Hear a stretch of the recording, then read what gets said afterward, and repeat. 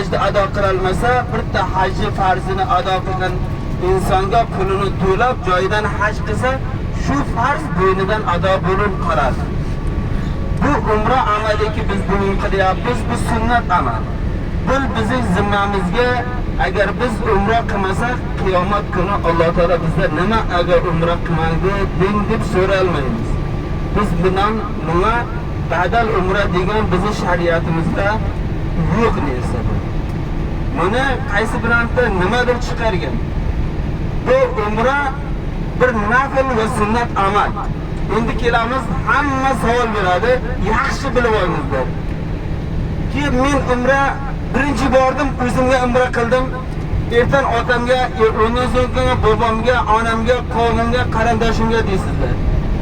Mana hozir borayotgan amalimizni umrani bajardik. Mana qarakam jam aytib ketdi.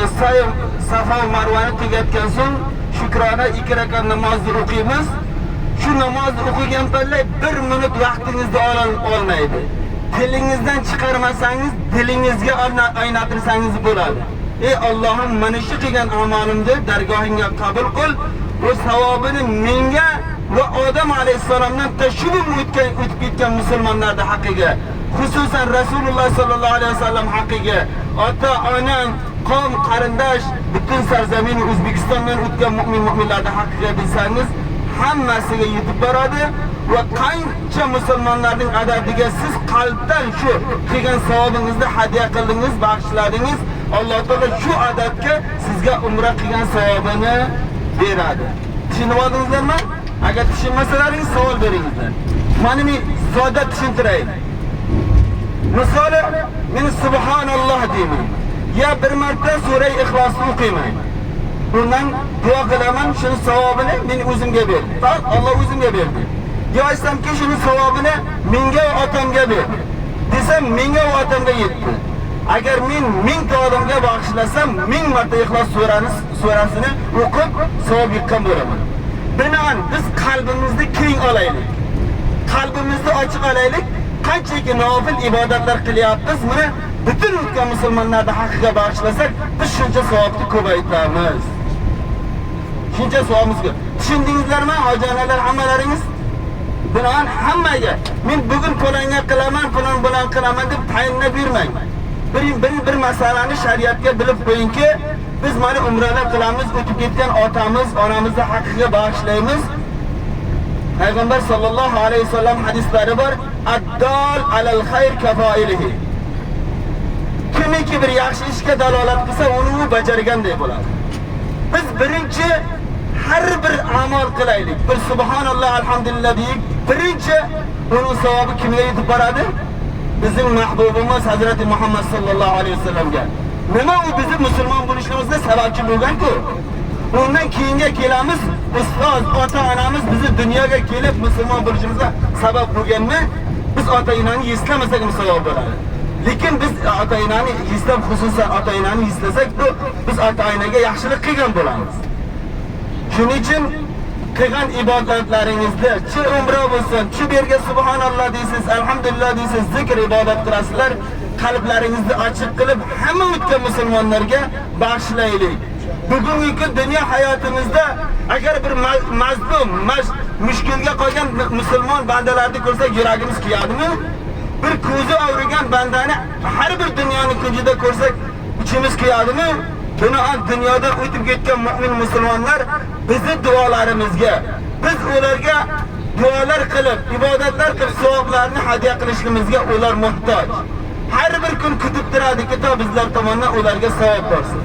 Shuning uchun qalblarimizni keng olib, hamma savoblarimizni butun dunyoda o'tib ketgan musulmonlar, xususan sizlardan bir iltimosim bor, birodarlar.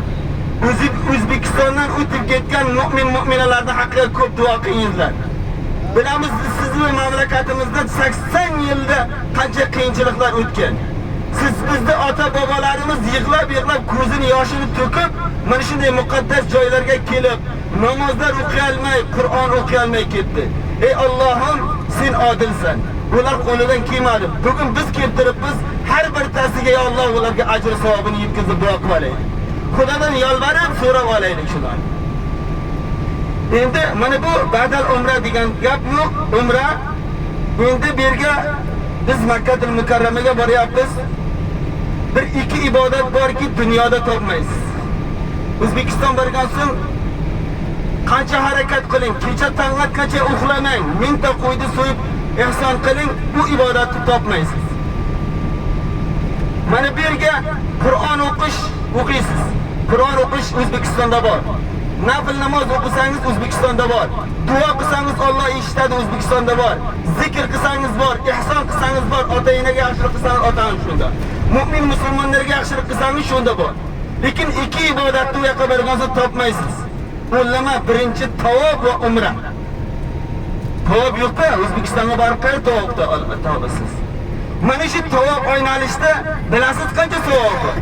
Mana shu tavobda har bir qadamiki, mana shu bismillah deb bosasiz, zikr ibodatlar bilan tavobda har bir qadamingizga Alloh taolo 70 mingta savob beradi. 70 mingta gunohingizni kechiradi. 70 mingta darajangizni Alloh taolo yuqori ko'taradi. Bu katta baxt emasmi? Bir tavobda qancha qadam o'ynaysiz? Bunisi ko'paytib ham ko'ring. Bu umra amali ham yerga yo'q. Bu mamlakatga borgansiz yo'q. Mana shu yerga agar charchamaysizlar, men shariat bo'yicha sizlarga aytaman.